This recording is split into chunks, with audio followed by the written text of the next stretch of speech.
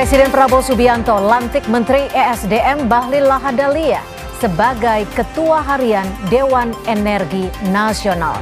Menkyu Purbaya masuk jajaran anggota.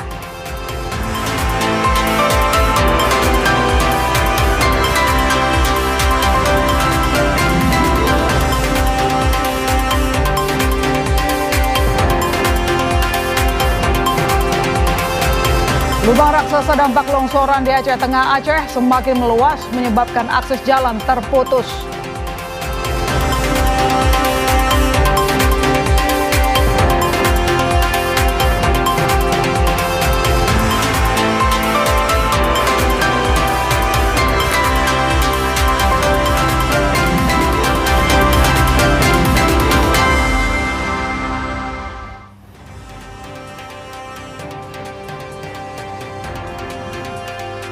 Halo, selamat sore saudara. Anda menyaksikan program berita Kompas Petang. Hanya di Kompas TV Independen Terpercaya. Bersama saya, Cynthia Rompas. Dan saya, Masister Tarigan. Kita langsung ke berita pertama. Saudara, hingga Rabu siang, asap hitam tebal masih membumbung tinggi di pabrik sandal milik PT Garuda Mas Perkasa di Jalan Yos Sudarso, Kota Medan, Sumatera Utara. Upaya pemadaman sudah berlangsung lebih dari 15 jam.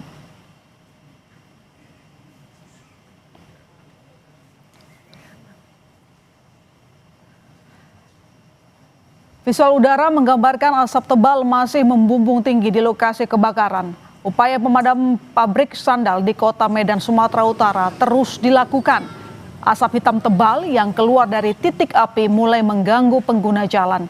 Rabu sore, kondisi jalan sudah mulai tertutup asap dari kebakaran pabrik hingga terlihat gelap. Pengendara motor mengaku aroma karet terbakar sudah sangat terasa.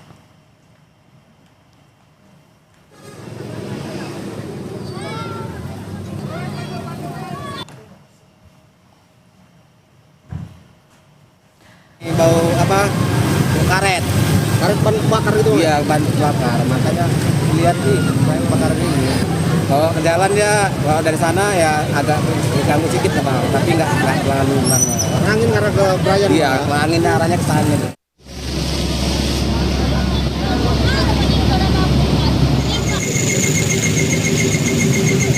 Hingga Rabu siang, upaya pemadaman api pabrik sandal melek PT Garuda Mas Perkasa di Medan Deli, Kota Medan, Sumatera Utara terus dilakukan. HRD PT Garuda Mas Perkasa memastikan tidak ada korban jiwa akibat kebakaran karena kebakaran terjadi di lokasi yang tidak ada karyawan dan saat waktu istirahat. Api pertama kali muncul sekitar pukul 21.50 WIB Selasa malam kemarin.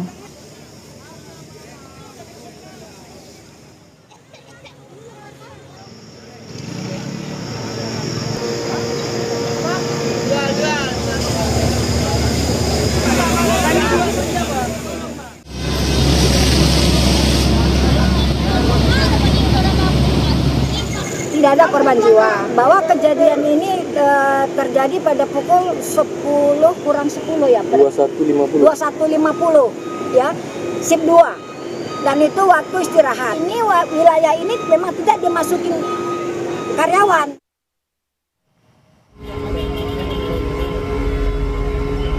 Polda Sumatera Utara saat ini menyelidiki penyebab kebakaran yang terjadi di pabrik sandal di Kecamatan Medan Deli, Sumatera Utara. Untuk mengetahui penyebab utama kebakaran, Laboratorium Forensik bersama Inafis Polda Sumut akan melakukan olah TKP setelah api berhasil dipadamkan secara menyeluruh. Banyaknya material karet di dalam pabrik membuat api sulit dipadamkan.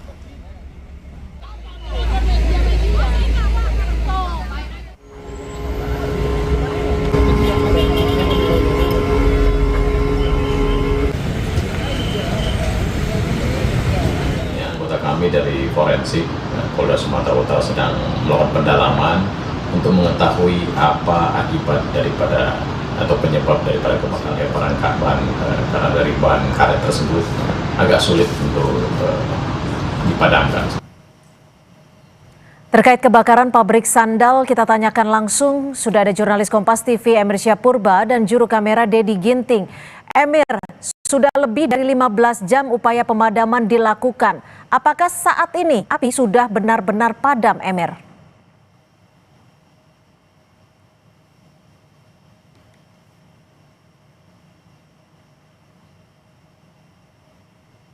mobil pemadam kebakaran masih lalu lalang keluar masuk dari perusahaan untuk terus memastikan api di lokasi kebakaran ini betul-betul padam. Dan dapat Anda lihat juga di belakang saya ini, saudara, kepulan asap hitam masih membumbung tinggi hingga sore ini. Dan memang dikatakan bahwasannya ada beberapa kesulitan yang dihadapi oleh pemadam kebakaran untuk memadamkan api ini. Di antaranya adalah banyaknya bahan mudah terbakar, mengingat ini merupakan pabrik sendal karet, sehingga banyak bahan baku seperti karet yang banyak dan juga sulit untuk dipadamkan.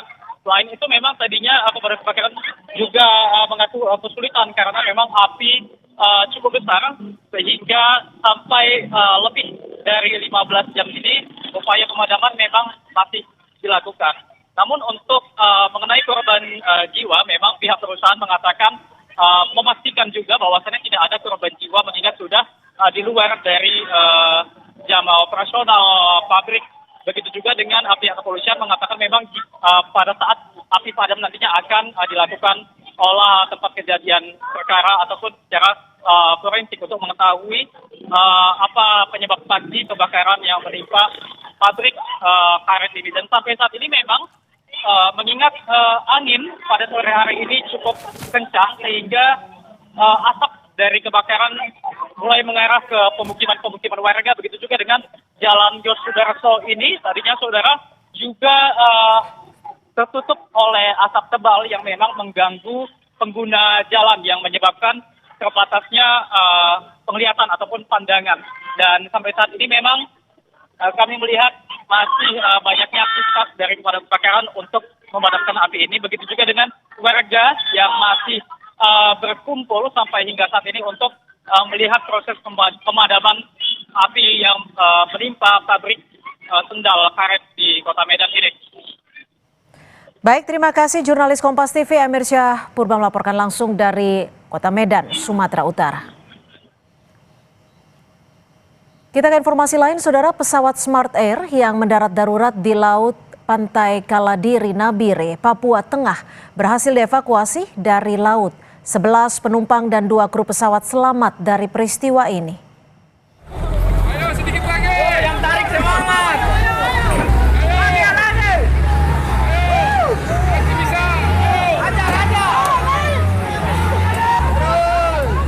Proses pengangkatan melibatkan tim SAR gabungan dari Basarnas bersama TNI Polri menggunakan 1 unit alat berat. Pengangkatan badan pesawat dari dalam air berlangsung dramatis dan dibutuhkan waktu sekitar 3 jam. Pasca penarikan pesawat masih berada di pinggir laut dan akan ditarik menuju Bandara Dow Atarure, Nabire untuk pemeriksaan KNKT. Dugaan sementara penyebab kecelakaan pesawat Smart Air ini karena gangguan mesin yang menyebabkan pesawat tidak bisa melanjutkan perjalanan ke Kaimana, Papua Barat.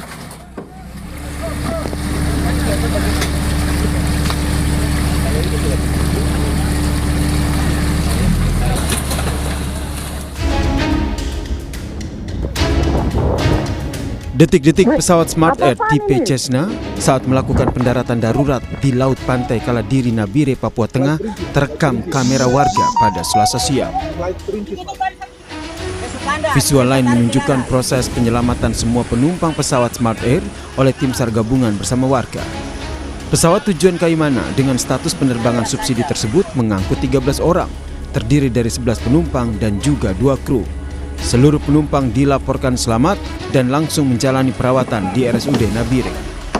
Bahwasanya pesawat dengan tipe Cessna 208 Caravan dengan register Papa Kilo serial number berserak dengan serial number 208 Bravo strip 2341 mengalami overshoot dan terjebur di laut ya, dengan 13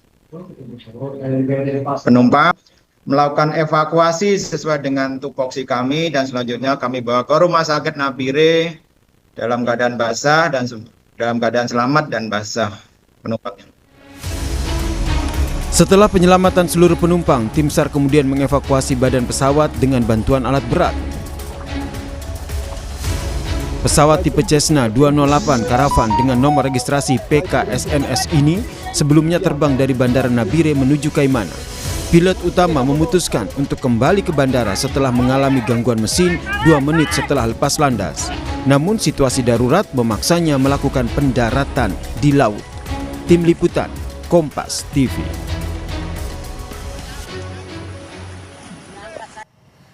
Menteri Sekretaris Negara Prasetyo Hadi memastikan belum ada rencana perombakan kabinet di luar pergeseran posisi Wakil Menteri Keuangan yang akan ditinggalkan Thomas Jiwandono. Kami segera kembali.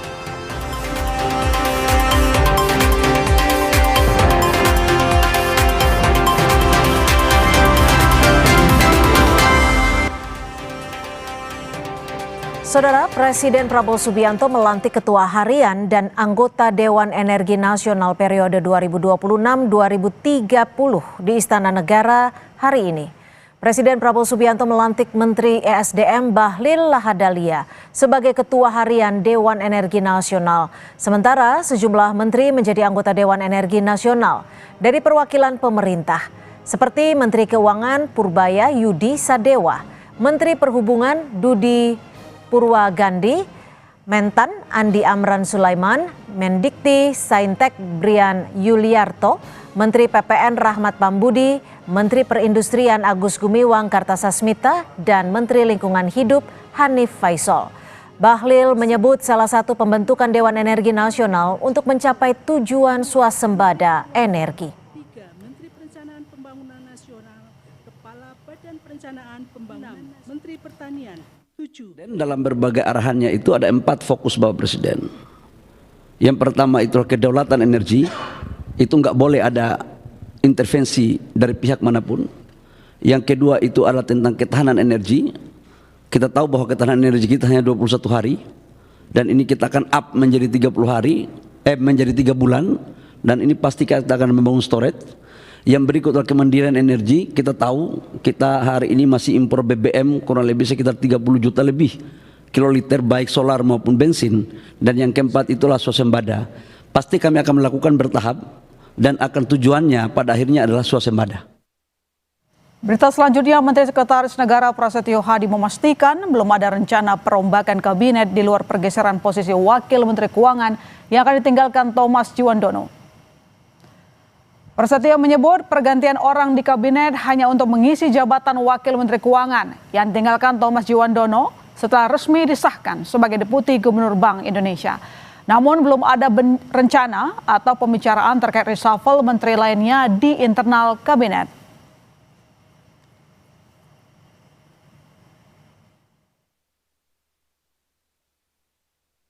Reshuffle adalah karena ada proses beralihnya jabatan Wakil Menteri Keuangan menjadi Deputi Gubernur Bank Indonesia yang kemarin telah melalui proses fit and proper test di DPR.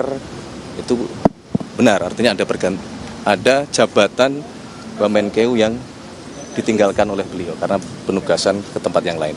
Nah, itu akan diisi belum kan belum selesai proses deputi Gubernur BI-nya kan belum selesai. Bulan ini ke Februari secepatnya. Ya, tunggu dulu lah, belum. Terkait dengan reshuffle menteri-menteri Menko lainnya gimana? Nggak ada. Tetap itu 2 wamen atau 3 wamen? Belum. Sementara Menteri SDM yang juga Ketua Umum Golkar Bahlil Lahadalia menyebut belum ada rencana reshuffle kabinet. Bahlil menyebut reshuffle kabinet merupakan hak prerogatif Presiden, sehingga Menteri dan Ketua Umum Parpol harus mendukung keputusan Presiden. Sebelumnya, Ketua Fraksi Golkar di DPR, Melkias Markus Mekeng berharap kader Golkar di kabinet tak berkurang.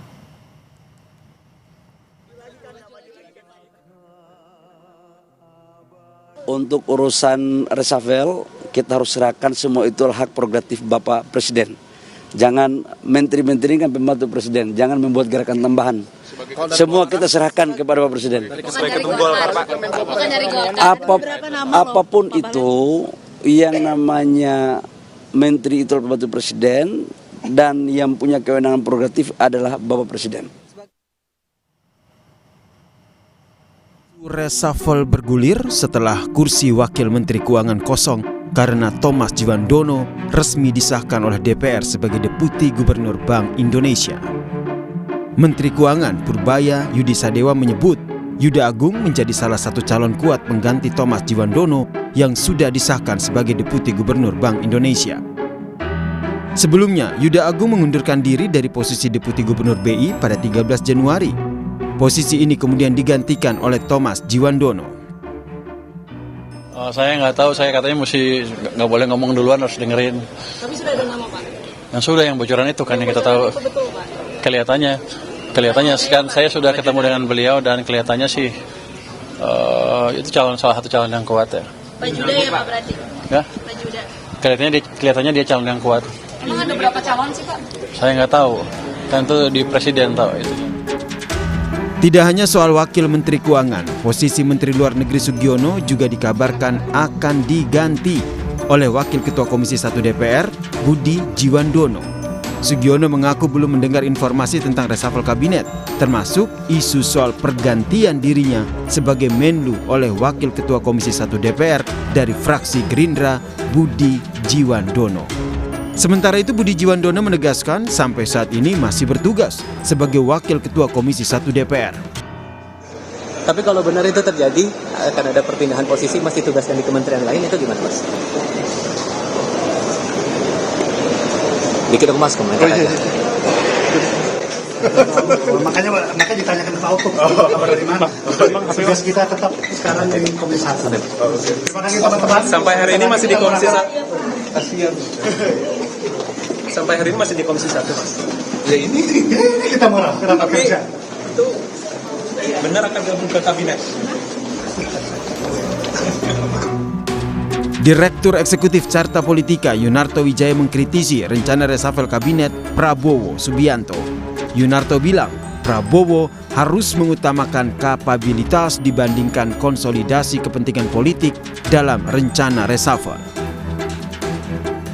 Ketika kita berbicara mengenai reshuffle, saya berharap juga Pak Prabowo ada perbaikan besar dalam konteks menempatkan kapabilitas jauh lebih besar dibandingkan pertimbangan koalisi. Kenapa ada kekhawatiran itu, Mas Toto?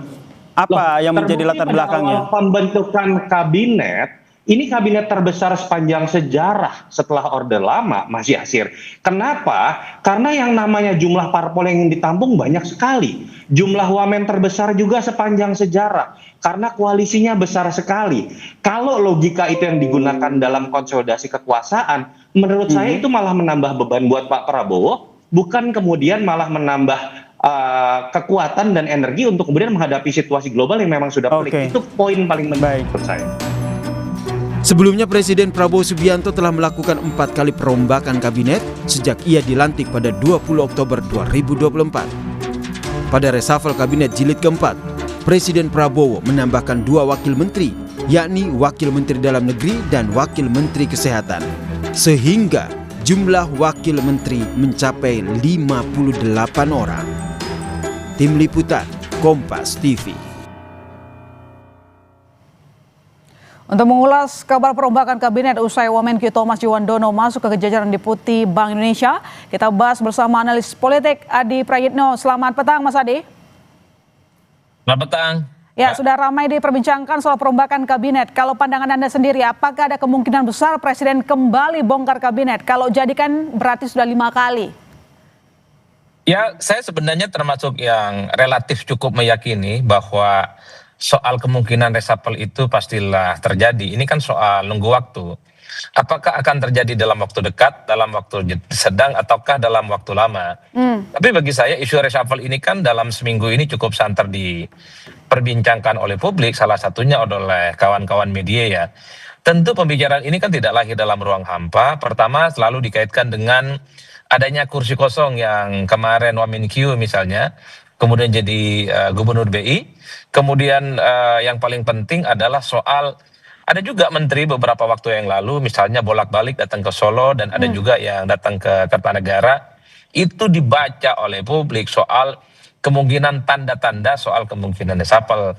Dan bahkan kalau kita ingin melihat tanda-tandanya secara umum adalah soal bencana alam yang terjadi di Sumatera beberapa waktu yang lalu. Itu kan ada sejumlah menteri yang menjadi sorotan, dikritik, dinilai tidak memiliki antisipasi yang cukup cepat ya terkait dengan kasus-kasus penanggulangan terkait dengan isu deforestasi, termasuk juga soal kayu gelondongan goib yang mungkin hingga saat ini itu tidak bisa diungkap secara signifikan.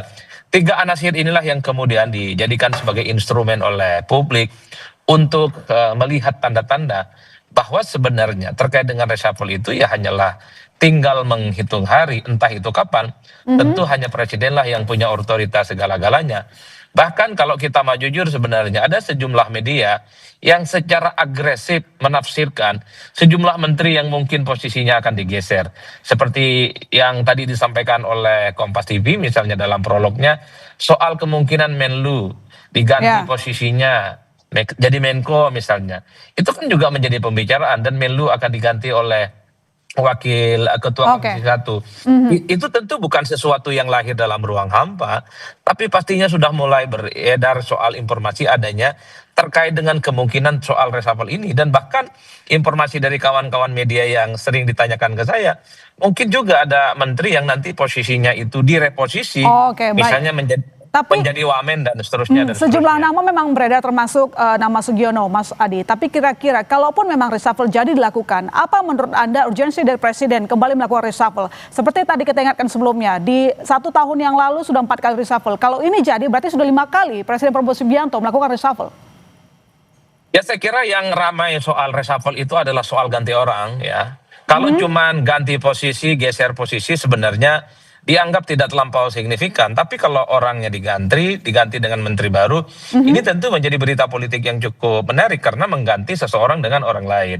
Kalau misalnya soal Menlu yang dispekulasikan akan digeser misalnya terkait dengan PMK, mungkin publik mendengar ini adalah untuk mengakselerasi bagaimana tugas Menteri Luar Negeri itu memang harus lebih perform dibandingkan dengan sebelumnya. Mengingat misalnya Pak Sugiono hari ini adalah sekjen partai besar dan tentu saja butuh keseriusan untuk memaksimalkan kedua tugas ini, satu sisi sebagai Menlu dan satu sisi sebagai sekjen partai. Jadi peran inilah yang mungkin supaya akan semakin maksimal akan diganti oleh posisi anak muda, pengalaman luar negerinya bagus, sehingga isu ini yang kemudian berkembang belakangan ini. Baik. Mas Adi, satu sisi juga hari ini kita lihat bahwa Presiden kembali memberi tugas baru ke sejumlah menterinya, begitu ada 7 menteri yang tergabung struktur Dewan Energi Nasional, termasuk Purbaya dan juga Bahlil. Bagaimana Anda melihat susunan ini? Fokus kerja mereka akankah lebih efektif untuk kepentingan energi nasional? Bagi saya 2 hal. Pertama, ini adalah sebagai bentuk kepercayaan Presiden terhadap sejumlah menteri, terutama untuk melakukan inovasi, manuver-manuver terukur. Bagaimana misalnya Indonesia itu segera melakukan langkah-langkah preventif menuju ketahanan energi. Karena suka tidak suka, salah satu persoalan yang cukup serius ke depan adalah soal ketahanan energi yang saya kira memang sudah terjadi di berbagai negara, bukan hanya di Indonesia. Yang kedua, memang harus diakui, ini kan menteri yang kemudian menjadi Dewan Energi itu kan dikritik oleh publik, ini semacam ada tambahan tanggung jawab yang mesti difikirkan oleh menteri-menteri. Karena banyak sekali pihak yang mengatakan bahwa sebaiknya menteri fokus dengan kementerian yang saat ini dilakukan. Sementara misalnya Dewan Energi ataupun dewan yang lain terkait dengan akselerasi untuk menyongsong ketahanan energi, saya kira memang sebaiknya diberikan kepada pihak-pihak yang lain yang dipercaya oleh Presiden, dipercaya oleh pemerintah. Tujuannya adalah supaya kinerja ini menteri semakin fokus, dan kemudian terkait dengan ketahanan energi juga ada orang-orang lain yang juga memang sudah total memikirkan daya dan informasi terkait dengan apapun yang akan dilakukan untuk ketahanan energi itu. Kan itu yang diperdebatkan oleh publik sebenarnya. Kita tunggulah nanti bagaimana realisasi kalau sudah ada 7 menteri di DEN begitu. Terima kasih Mas Adi telah bergabung di Kompas Petang. Terima kasih Lona.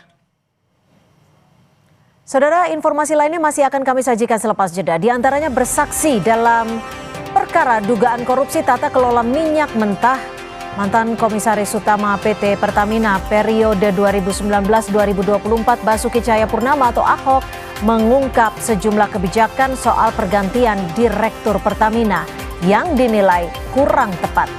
Ahok menantang jaksa agar memeriksa petinggi BUMN hingga Presiden saat itu Joko Widodo. Informasi dan pembahasannya kami hadirkan usai jeda.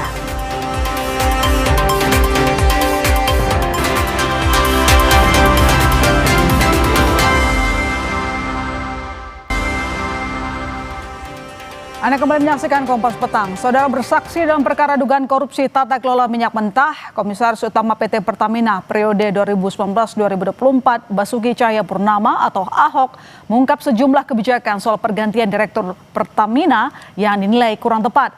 Ahok menantang jaksa agar memeriksa petinggi BUMN hingga Presiden saat itu Joko Widodo. Periksa tuh sekalian BUMN, periksa tuh Presiden bila perlu. Kenapa orang terbaik dicopot? Basuki Cahayapurnama atau Ahok memenuhi panggilan sebagai saksi dalam sidang dugaan korupsi tata kelola minyak mentah dan produk kilang di PT Pertamina periode 2018-2023 yang digelar di Pengadilan Tipikor Jakarta Pusat Selasa pagi. Komisaris Utama Pertamina periode 2019-2024 itu mengatakan akan bersaksi apa adanya. Ia membawa dokumen yang diperlukan dan disimpan di dalam ponselnya.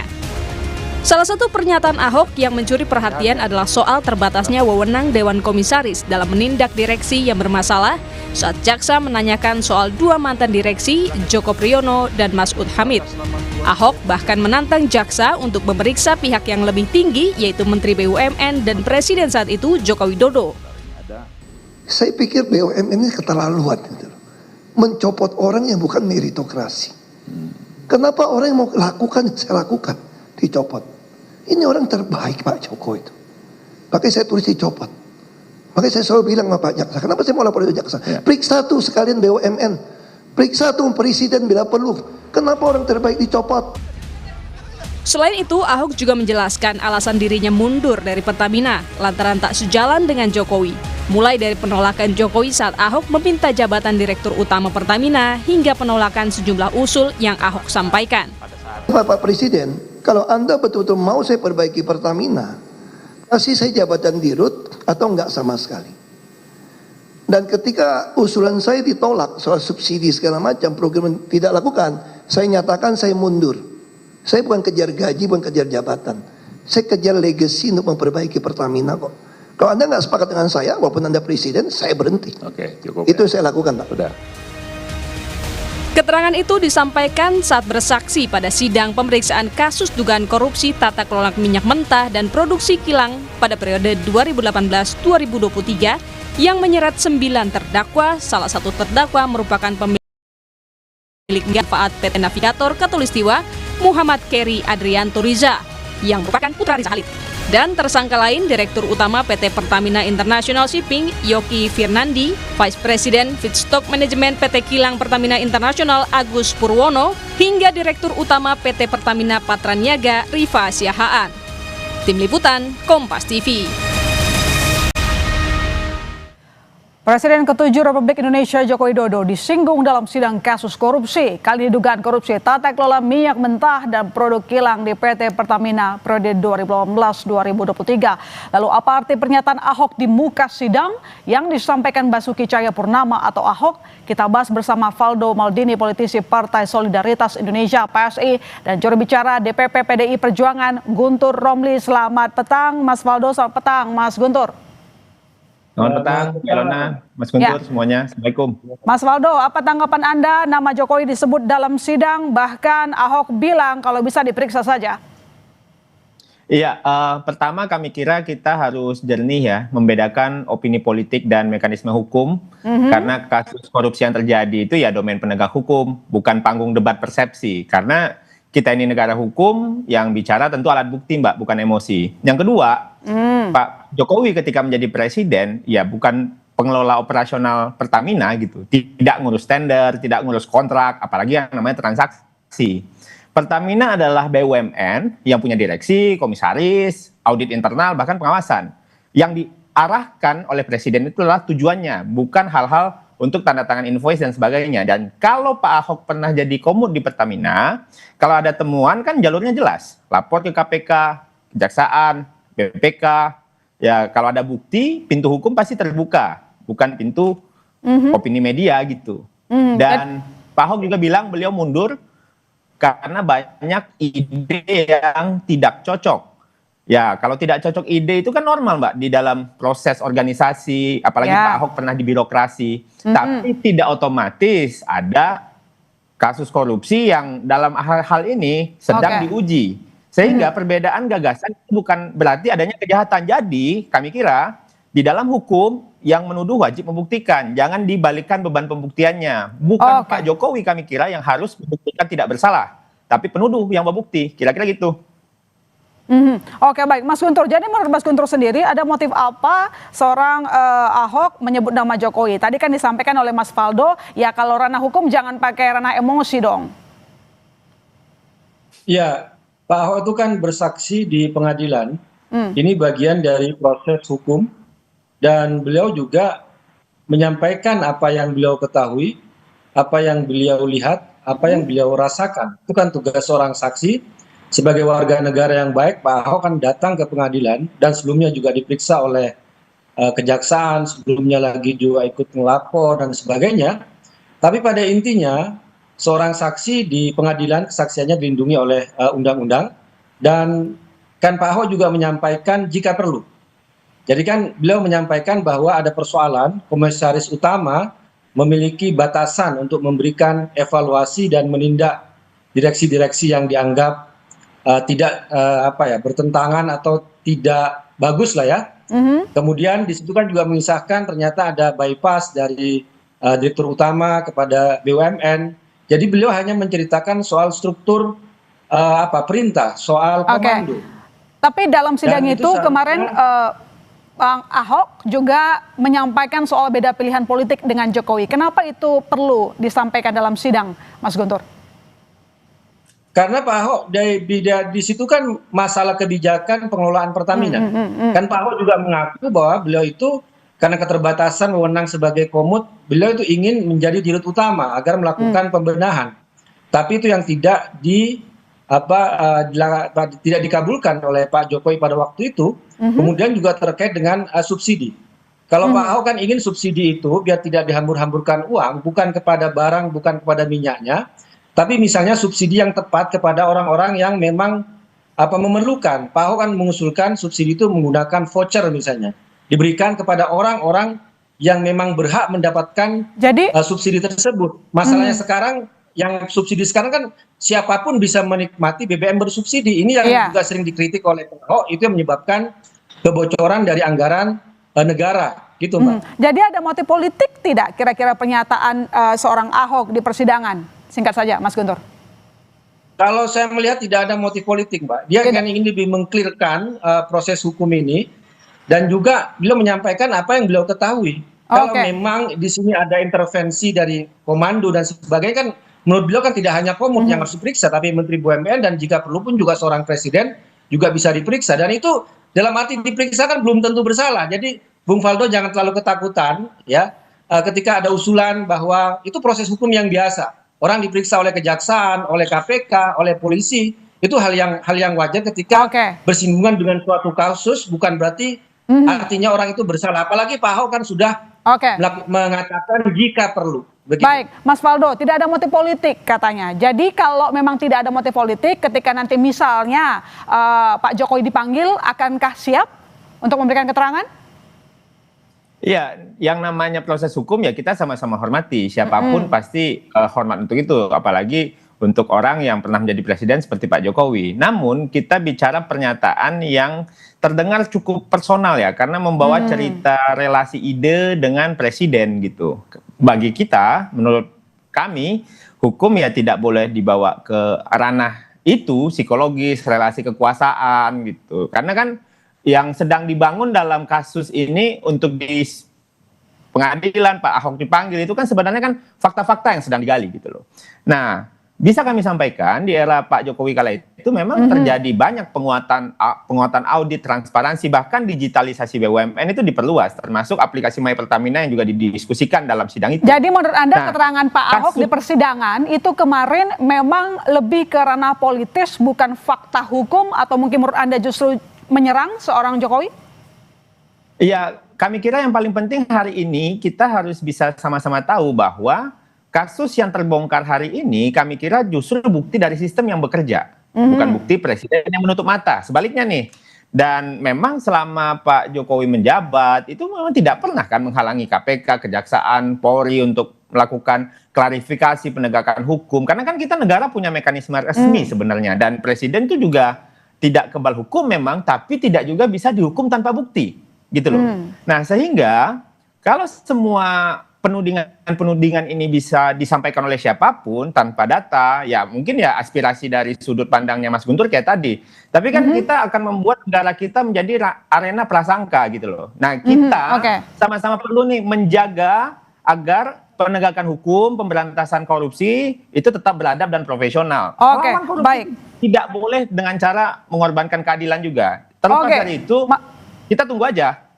Oke, Mas Guntur, kalau kata Mas Faldo ini kalau kita ringkas ini lebih maksudnya politis, bukan soal fakta hukum. Dalam beberapa kasus korupsi, baik di kejaksaan, itu kan memang selalu disebut nama Jokowi sebagai presiden. Kalau kita bicara soal fakta, ini kan fakta komando. Misalnya dalam kasus misalnya Nadiem Makarim, ya. Sebelumnya juga kasus apa itu? Beberapa kasus memang menyebut ini bicara soal fakta hierarki komando. Bicara soal BUMN, maka di atasnya adalah Kementerian BUMN.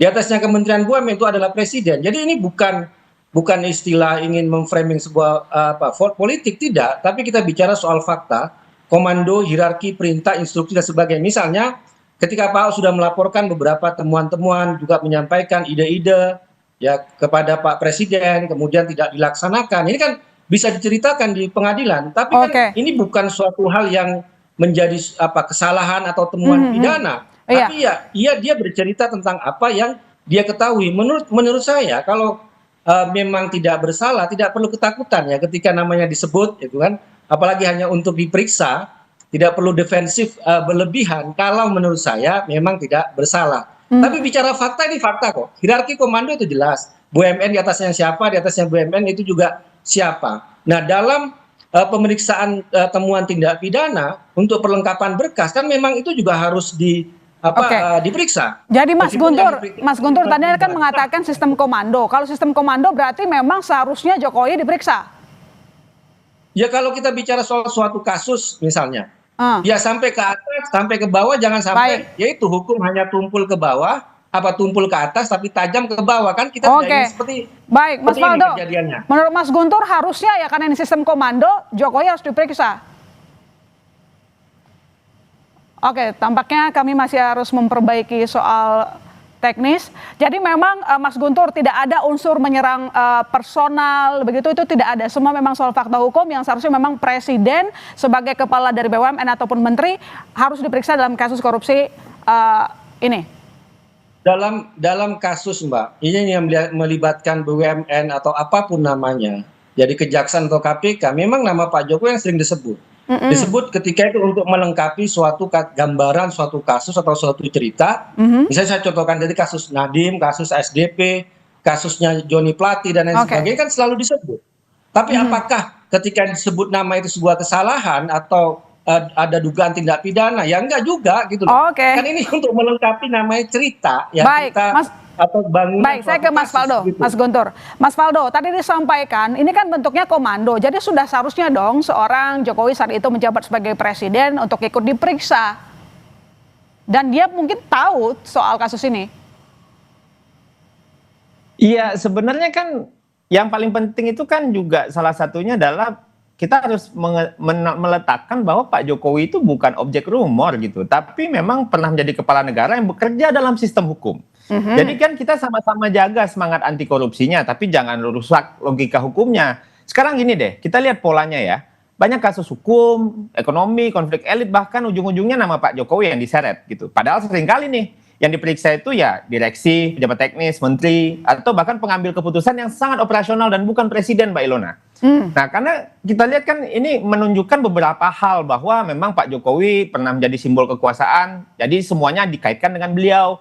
Ada kecenderungan juga mempersonalisasi masalah sistematis atau sistemik agar kelihatan politis dan dramatis, kalau menurut saya. Sehingga kalau setiap masalah ditarik begitu, yang rusak bukan hanya reputasi orang, tapi logika kita bernegara. Jadi kita itu jadi bisa lupa bahwa hukum itu bekerja itu ada strukturnya, bukan simbolisasi. Jadi Ahok terlalu personal, terlalu dramatis keterangannya kemarin, Mas. Karena menurut saya belakangan ini terjadi ada pola-pola begitu. Tapi terlepas dari itu, kita sama sesama masyarakat kita waras saja melihat persoalan ini. Memang kalau seandainya proses penegakan hukum ya kita kawal, ya kan. Tapi kalau seandainya ada yang ngomongnya agak kesana kemari ya kita anyepin aja, ya udahlah, yang penting kita jelaskan gitu loh Mbak, bahwa sistem hukum itu bekerja di Indonesia, apalagi di era pemerintahan Pak Prabowo dan Pak Gibran seperti sekarang. Oke, Kuat jadi sekali. jadi Mas Guntur, kalau Anda sendiri yakin, optimis bahwa nanti Jokowi bisa diperiksa sesuai dengan keterangan dari seorang Ahok? Ya kalau saya sih nggak optimis Mbak, karena apapun kasus korupsi misalnya yang di situ disebut nama Jokowi ya selalu tidak ada tindak lanjut ya, ataupun Jokowi dengan menantunya dengan Bobi kan berapa kali juga disebut misalnya di pengadilan. Tapi menurut saya begini, kalau ini menjadi alasan yang aneh atau personal, kalau nama Jokowi itu hanya disebut dalam suatu kasus. Tapi kalau dalam beberapa kasus ya, ini bukan mengatakan bahwa Jokowi pasti bersalah atau melakukan tindak pidana korupsi, enggak ya. Tapi ini kan cerita atau pengakuan atau kesaksian dari orang-orang katakanlah yang diperiksa dalam suatu kasus dan banyak kasus. Saya contohkan tadi beberapa kasus dan selalu disebut namanya Pak Jokowi ya. Masyarakat juga pasti juga akan sadar nih kenapa kok selama ini kok disebut nama Jokowi. Jadi ini bukan untuk memframing ya, atau hanya Ahok yang bicara terkait hal ini. Saya katakan Nadiem juga bicara, Joni Plate bicara, kasus SDP juga bicara, kasus yang ekspor ilegal apa itu, yang nikel juga disebut nama itu. Jadi menurut saya ini bukan lagi kasuistis ya, atau hanya melakukan personifikasi atau serangan pribadi kepada Pak Jokowi, karena kita melihat ini beberapa kasus. Kalau hanya Ahok yang bicara dalam nama Jokowi. Baik, kita tunggu saja nanti bagaimana perkembangan kasusnya ya, Mas Guntur, Mas Waldo. Terima kasih telah bergabung di Kompas Petang. Selamat sore. Sorotan lain di Kompas Petang, Saudara, lubang raksasa dampak longsoran di Aceh Tengah Aceh semakin meluas menyebabkan akses jalan terputus. Informasi selengkapnya Kompas Petang masih akan segera kembali.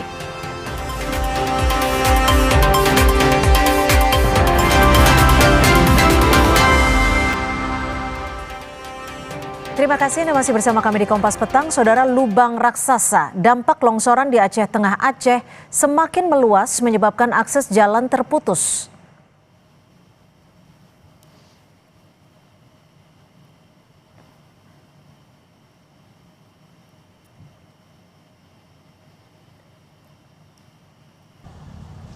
Visual udara menunjukkan lubang raksasa dampak longsoran yang sudah memutus akses jalan.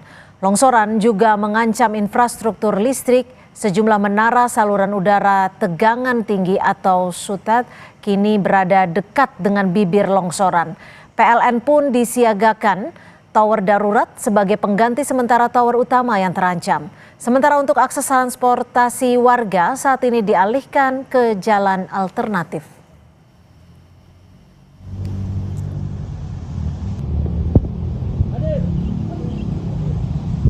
Kita siagakan semua di sini, dan untuk saya pribadi, saya di sini udah berjaga lah dari beberapa malam untuk selalu standby di sini untuk tetap melakukan pengawasan, terutama tentang kondisi tanah ataupun kondisi yang gimana. Tetap saya lakukan pantauan dan juga saya lakukan ke atasan saya. Babin Kamtipnas dan Babinsa bertemu dengan pedagang es gabus Sudrajat. Sebelumnya pedagang es gabus itu dituding menggunakan bahan spons untuk bahan baku yang membahayakan anak-anak.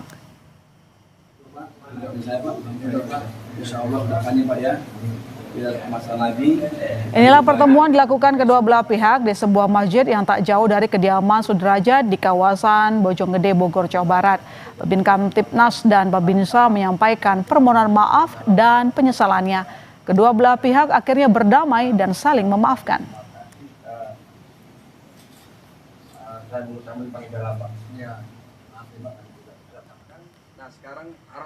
Propam Polres Metro Jakarta Pusat tengah memeriksa Babin Kamtipnas Kelurahan Kampung Rawa terkait kasus tuduhan terhadap pedagang es kue Sudrajat.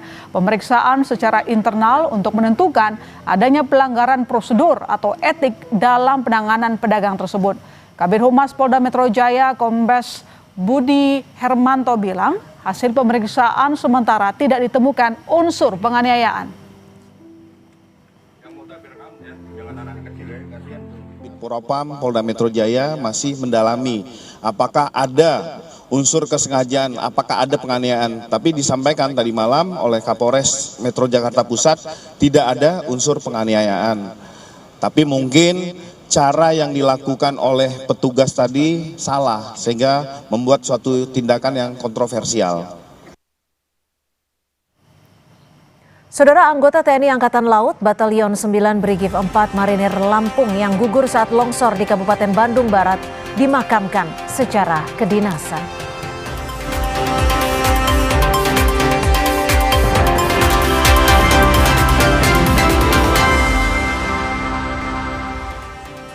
Saudara, anggota TNI Angkatan Laut dari Batalion 9 Brigif 4 Marinir Lampung, almarhum Pratu Febri Bramantio yang gugur saat longsor di Kabupaten Bandung Barat dimakamkan secara kedinasan. Almarhum Pratu Marinir Febri Bramantio, hormat senjata!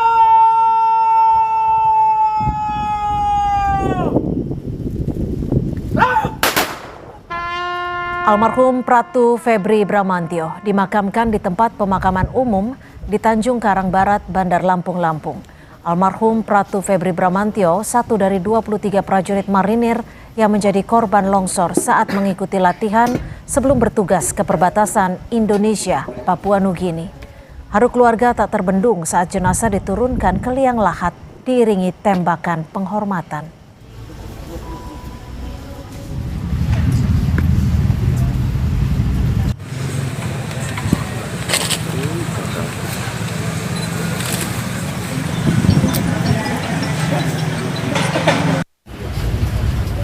Orang yang supel bergaul dengan masyarakat banyak begitu, jadi teman-temannya pun banyak turut bersangka, wah ini nggak putus-putus. Sejak dikatakan Febri ada kejadian tanah longsor itu, kita di rumah sudah mengadakan yasinan. Pada akhirnya ya berita itu datang dari kesatuannya, kami ya apa boleh buat ya, namanya kita sudah takdir dan kuasa. Saudara, kendala cuaca menjadi satu hal yang dihadapi tim SAR gabungan saat melakukan pencarian korban longsor di Cisarua, Kabupaten Bandung Barat, Jawa Barat. Meski dalam kondisi kabut tebal, tim SAR tetap melanjutkan operasi pencarian. Berikut laporan jurnalis Kompas TV, Niko Anggriawan dan juru kamera Bimo Wicaksana.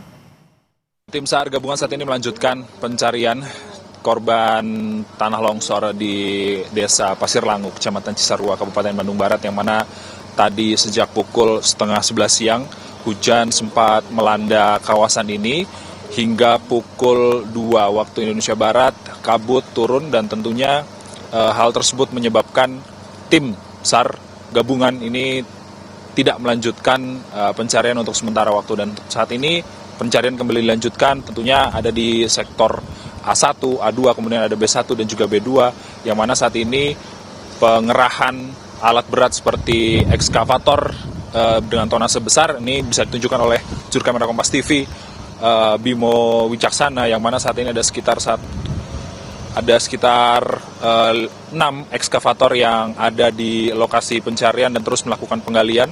Dan pencarian kalau misalnya dalam keadaan seperti ini dimaksimalkan terlebih dahulu untuk pencarian secara menggunakan alat berat dengan alasan faktor keamanan. Tentunya kalau misalnya kita bisa melihat situasi terkini di Gunung Burangrang, ini sedang terjadi hujan lebat tentunya dari atas gunung, dan air ini bisa langsung mengalir ke bawah. Dan ada kalau misalnya pencarian manual saat ini di sebelah kanan visual Anda, ini tim SAR gabungan telah menemukan salah satu diduga menemukan jenazah yang tertimbun material longsor, dan saat ini masih dalam proses evakuasi. Dan setelah dilakukan evakuasi, nantinya diangkat jenazah dari timbunan tanah akan langsung dibawa ke posko DVI yang ada di Puskesmas Desa Pasir Langu, Kecamatan Cisarua, Kabupaten Bandung Barat.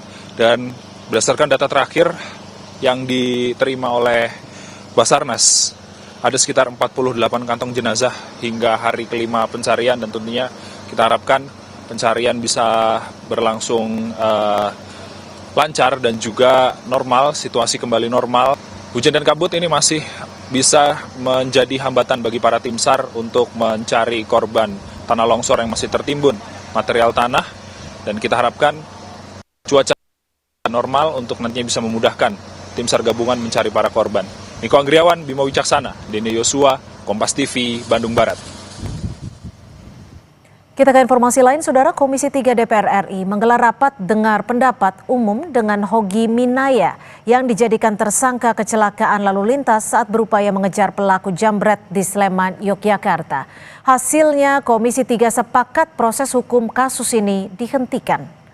Selain Hogi yang didampingi istrinya serta penasihat hukum, Komisi 3 juga mengundang Kapolresta Sleman Kombes Edi Setianto dan Kepala Kejaksaan Negeri Sleman Bambang Yuniarto. Ketua Komisi 3 DPR Habibur Rahman bilang hasil RDP menyimpulkan bahwa Hogi tak layak dijadikan tersangka dan peristiwa tersebut tidak bisa dinyatakan sebagai peristiwa pidana. Sehingga Komisi 3 meminta proses hukum kasus ini dihentikan. Tim kuasa hukum ya, yang kami hormati Saudara Ade Sleman, Polresta Sleman dan Pak Kajari Sleman, kita menemui fakta yang teramat jelas bahwa terhadap Pak Hogi ini tidak layak untuk ditetapkan sebagai tersangka dan terhadap peristiwa tersebut tidak layak untuk dinyatakan sebagai peristiwa pidana. Karena itu tadi kami membuat kesimpulan meminta agar ya perkara ini dihentikan. Jadi bukan RJ ya, dihentikan. Dilaporkan sepanjang proses penyidikan ini pula kami sudah mencoba berbagai upaya agar masing-masing pihak mau bertemu dan melakukan mediasi dalam rangka terselesainya perkara ini dengan berdasarkan keadilan restoratif. Mau melihat kepastian hukum, ya, namun rupanya penerapan pasalnya kami mungkin kurang tepat. Pada kesempatan ini kami mohon maaf kepada seluruh masyarakat Indonesia dan utamanya kepada Pak Yogi dan Ibu Arsita. Sorotan lain di Kompas Petang, pengamat politik dan aktivis Rocky Gerung menilai Roy Suryo CS tidak bisa dipidana karena melakukan penelitian terhadap ijazah Jokowi. Pembahasannya kami hadirkan di usai jeda.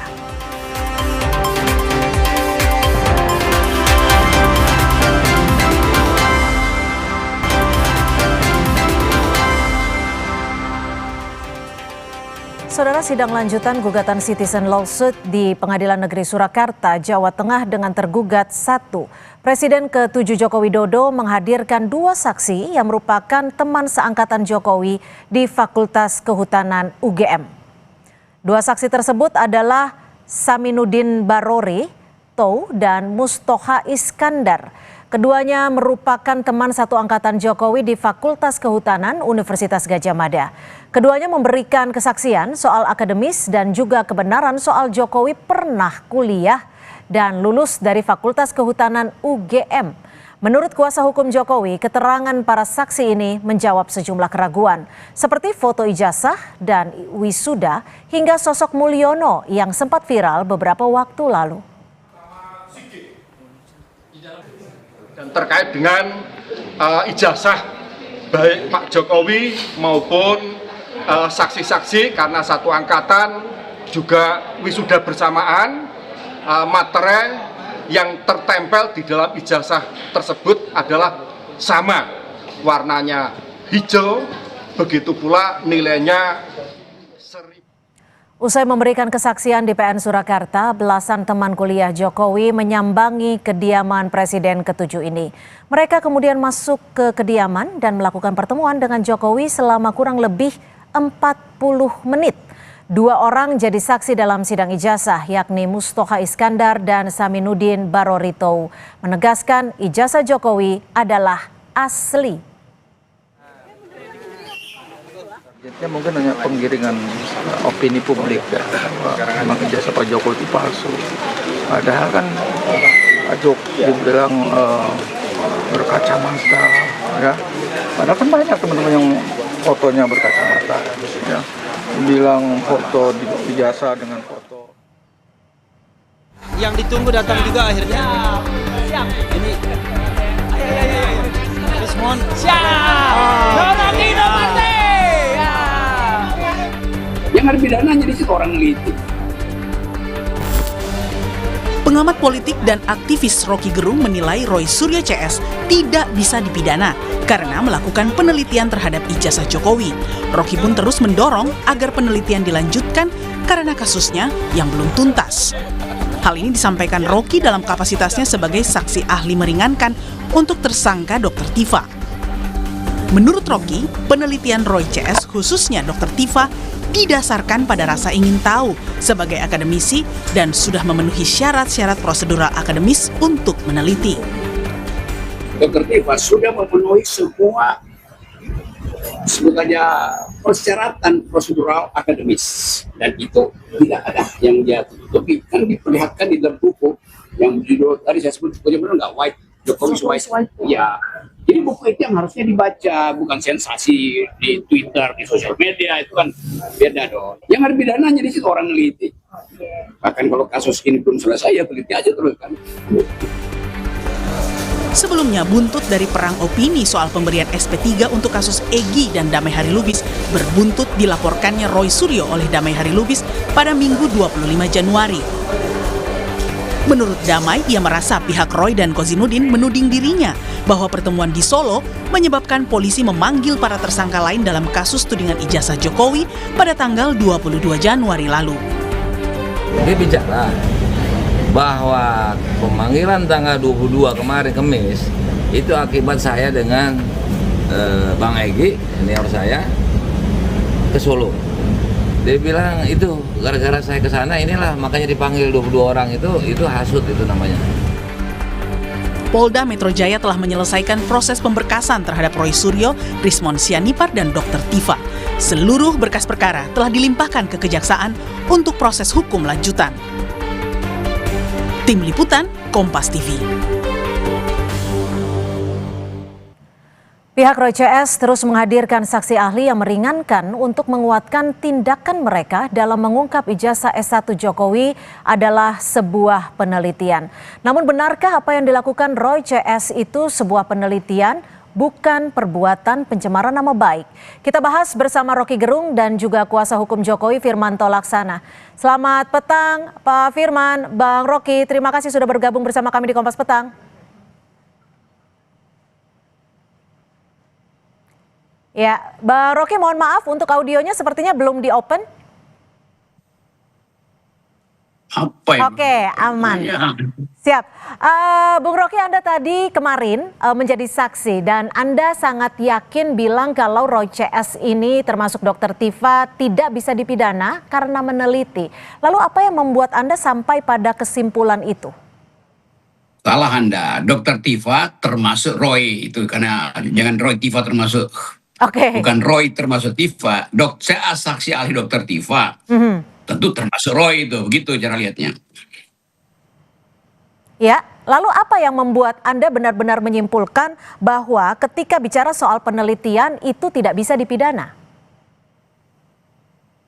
Gimana pertanyaanmu? Ya kan penelitian bagaimana mempidana riset kan? Coba tanya yang benar dong. Jadi gini, Bang Rocky, kalau Anda menyebut ini kajian berupa metodologis, di mana Anda melihat bahwa ketika penelitian itu tidak bisa dipidana? Bukan kajian bersifat metodologis. Di dalam kajian itu intinya metode. Metode itu dituntun oleh metodologi. Ini presenter nggak ngerti juga tuh. Oke, tolong diberi pemahaman kepada kami. Kami kan masyarakat awam. Ya justru karena masyarakat awam ngapain tanya yang teknis? Kan saya mesti jelasin yang teknis. Oke, silakan. Ya apa pertanyaanmu? Gini.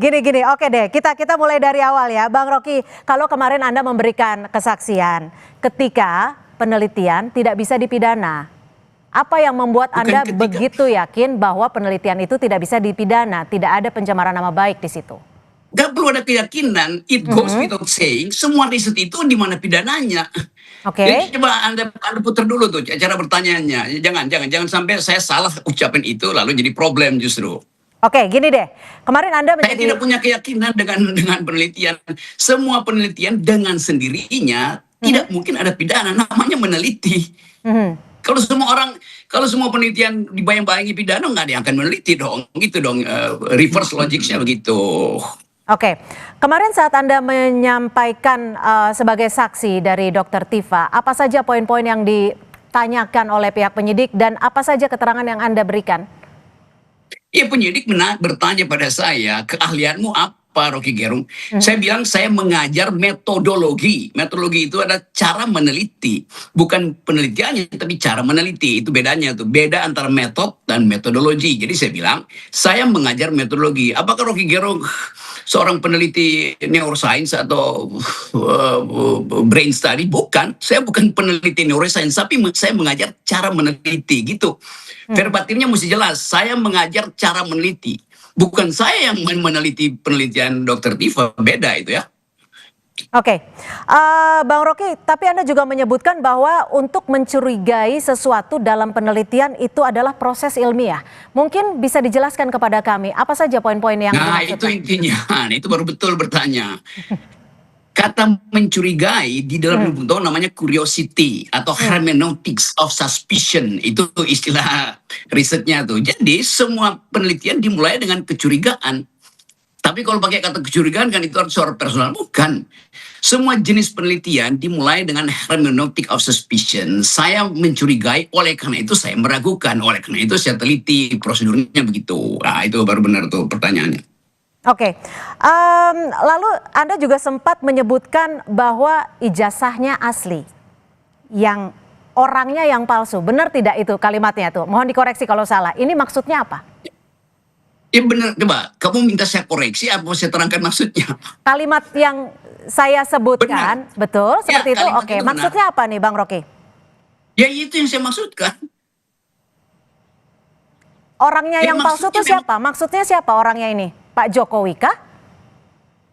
Kan Anda tadi bertanya, kalimat saya benar-benar saya ucapkan secara verbatim, ijazahnya asli, orangnya palsu. Anda dengar kalimat itu atau lihat mimik saya waktu mengucapkan? Coba. Saya dengar cuplikan Anda ketika mengucapkan itu. Dan kami mohon untuk bisa menjelaskan apa maksud dari ucapan itu. Itu yang palsu orangnya maksudnya Pak Jokowi atau Saya ada ulangi pihak lain? Pertanyaan saya. Saya ulangi pertanyaan saya. Anda mendengar saya ucapkan atau mendengar dan melihat wajah saya waktu mengucapkan? Ya, kami hanya melihat dari cuplikan rekaman dari teman-teman yang meliput. Tunggu, coba beritahu ya. Anda mendengar atau Anda mendengar dan melihat, itu beda kan? Saya Anda mendengar kalimat saya. Ya, oke. Anda mendengar Mohon dijelaskan. kalimat saya, oke. Tunggu. Anda mendengar kalimat saya bahwa ijazah itu asli, orangnya palsu. Kalimat itu Anda dengar? Iya. Saya dengar dari Anda cuplikan wawancara teman-teman di lapangan. Oke, saya ulangi supaya lengkap. Melalui wawancara teman-teman di lapangan, Anda mendengar saya mengucapkan kalimat itu. Dan itu benar kalimat saya. Anda mendengar kan? Iya. Oke. Artinya Anda tidak melihat wajah saya. Tidak secara spesifik, saya tidak mengikuti detik per detik dan menelaah lebih jauh. Karena kan saya bukan ahli mimik, Bang Rocky. Oke, saya ulangi. Karena Anda bukan ahli mimik, tidak diperlukan sebetulnya. Anda cukup mendengar. Ya. Sekarang pertanyaan saya, Anda mendengar sambil melihat wajah saya yang bukan ahli mimik atau Anda hanya mendengar melalui rekaman Anda? Itu pertanyaannya. Jadi ini maksud Anda arahnya mau dibawa kemana nih? Yang saya tanyakan di sini adalah statement Anda saat itu maksudnya apa? Ini karena kan publik juga ingin tahu, Bang Rocky. Itu saya tanya, Anda mendengar statement saya atau melihat saya mengucapkan statement itu? Itu beda akibatnya nanti.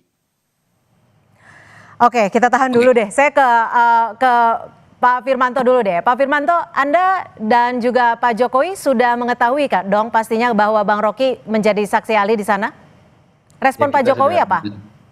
Kita sudah mendengar, sudah melihat juga apa yang disampaikan oleh Bang Rocky, dan Bang Rocky tadi menyampaikan sebenarnya mungkin saya dari persepsi saya menyampaikan bahwa beliau sebagai ahli mencoba untuk menerangkan mengenai metodologi seperti itu, dan menurut beliau walaupun beliau bukan memiliki keahlian teknis seperti Bu Tifa, tetapi beliau secara general mengatakan mengenai metodologi.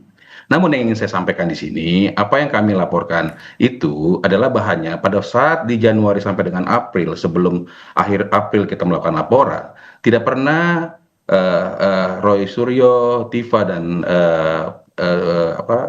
Rismond itu menyatakan mereka sedang melakukan penelitian. Baru kemudian belakangan ini mereka mengatakan mereka melakukan penelitian dan membuat buku, dan itu tadi disampaikan sama Bung Roy seperti yang saya lihat di dalam beberapa media itu menyampaikan bahwa itu menggunakan metodologi. Artinya metodologi itu boleh-boleh saja, proses itu boleh-boleh saja, tetapi yang kami laporkan bukan merupakan penelitian yang mereka lakukan.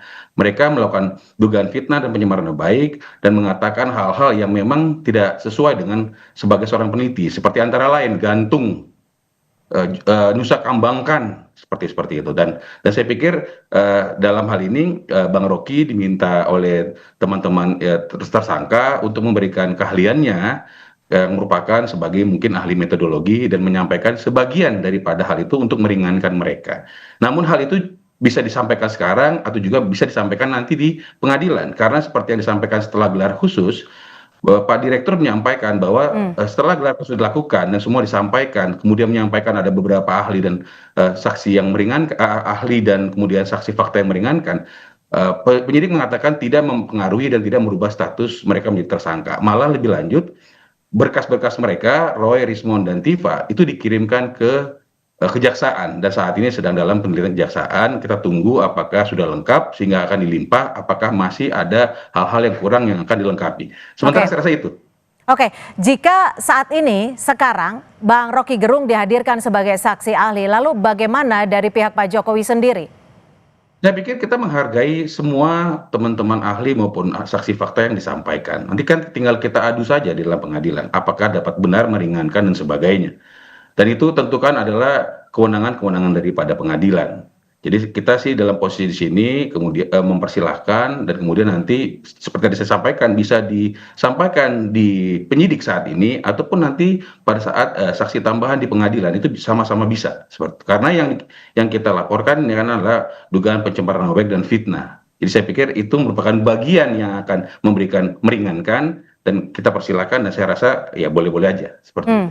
Oke, Bang Rocky, sebagai seorang akademisi, bagaimana Anda melihat kasus ijazah Pak Jokowi ini ketika awalnya dilaporkan sebagai kasus pencemaran nama baik dan saat ini masuk ke soal penelitian? Saya nggak ada urusan dengan pencemaran nama baik, saya hanya fokus pada buku itu tuh. Dan kalau diterangkan bahwa tiba-tiba ada buku tapi nggak diberitahu, ya penelitian bisa nggak diberitahu kan, hasilnya diberitahu. Tetapi setelah buku itu terbit, terbuka untuk membahas apakah riset itu basisnya pada metodologi atau pada emosi, kan itu intinya tuh. Jadi kalau di metodologi ya saya cuma baca dan bahwa itu buku itu mengandung cacian, mengandung hinaan. Ya bisa aja buku itu mengandung hinaan, tapi itu buku yang diriset sehingga mungkin orang akan katakan, oh itu hasil riset yang mengandung emosi. Yang lain bilang enggak, cacian di situ bukan dalam pengertian personal, kan begitu tuh. Jadi setelah saya membaca buku itu, maka saya harus menyimpulkan ini buku akademis dengan metodologi atau buku sensasi dengan isi cacian. Maka saya putuskan itu buku akademis dengan metodologi. Udah selesai, nanti saya terangkan di pengadilan. Itu aja. Materi saya hanya sebatas itu. Oke, berarti ini saya konfirmasi ya, ini buku Jokowi White Paper ya, Bang Rocky ya? Ya, betul. Oke, baik, terima kasih Bang Rocky Gerung sudah memberikan pernyataannya sore hari ini, dan juga Pak Firman, terima kasih sudah memberikan perspektif. Terima kasih, Bang Rocky, Cynthia. Oke. Saudara, informasi lainnya masih akan kami sajikan selepas jeda, di antaranya lubang raksasa. Informasi lainnya akan kami sajikan selepas jeda. Tetap bersama kami di Kompas Petang.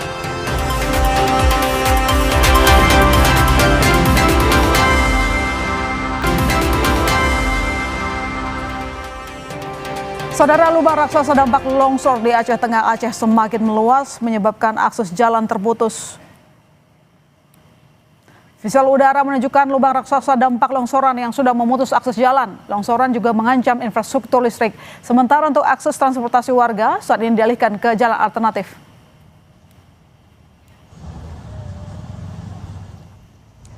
Informasi tadi juga menutup perjumpaan kita di Kompas Petang. Jangan lupa 4 hari lagi mulai 1 Februari Kompas TV pindah channel. Satu langkah lebih dekat, satu langkah makin terpercaya. Dapatkan selalu berita dan informasi terupdate Kompas TV di televisi Anda di channel 11 pada perangkat TV digital atau set-top box. Saya Cynthia Rompas. Dan saya masih Sertarikan pamit.